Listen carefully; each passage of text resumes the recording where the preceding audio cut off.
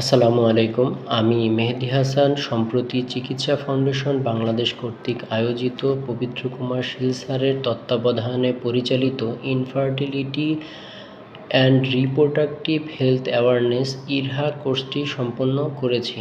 আমার roll number 082507। পবিত্র sir অত্যন্ত সুন্দর ও যত্ন সহকারে আমাদের বন্ধ্যাত্ব ও প্রজনন স্বাস্থ্য বিষয়ক প্রতিটি বিষয় শিখিয়েছেন। এই জন্য স্যারকে অনেক ধন্যবাদ ও কৃতজ্ঞতা।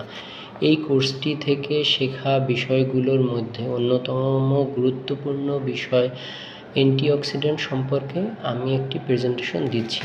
ফার্স্ট অফ অল, অ্যান্টিঅক্সিডেন্ট কী? অ্যান্টিঅক্সিডেন্ট হলো প্রাকৃতিক রাসায়নিক উপাদান যেগুলো শরীরের ফ্রি রেডিক্যালস নামক ক্ষতিকর উপাদানকে প্রতিরোধ করে। ফ্রি রেডিক্যালস কীভাবে তৈরি হয়?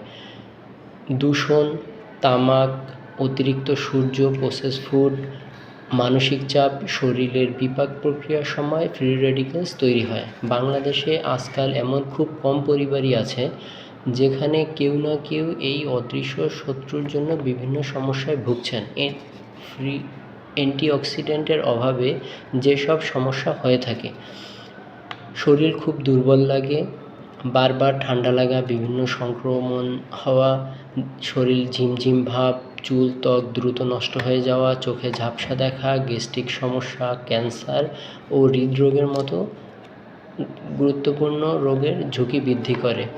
এই সমস্যার প্রধান প্রতিরক্ষা ব্যবস্থা হলো অ্যান্টিঅক্সিডেন্ট সমৃদ্ধ খাবার গ্রহণ করা। অ্যান্টিঅক্সিডেন্ট ফুড এই ক্ষয় প্রতিরোধ করে, কোষের রক্ষা করে এবং রোগ প্রতিরোধ ক্ষমতা বৃদ্ধি করে। বাংলাদেশের জন্য কার্যকর অ্যান্টিঅক্সিডেন্ট সমৃদ্ধ ফুড হলো লেবু, আমলকি, ব্রোকলি, লাল শাক, পালং শাক, কালো জাম, জামরুল, আঙুর, বেরি জাতীয় ফল, টমেটো, আদা, রসুন, অলিভ অয়েল, গ্রিন টি, বিভিন্ন প্রকার বাদাম ও বীজ, গাজর, বিট, কুমড়া, ঝিঙা এবং মূলা। প্রতিদিনের খাবারে যদি এইসব অ্যান্টিঅক্সিডেন্ট খাবারগুলো থাকে তাহলে ডাক্তারের কাছে যাওয়ার প্রয়োজনীয়তা অনেকাংশেই কমে যাবে। ধন্যবাদ সকলকে। আসসালামু আলাইকুম।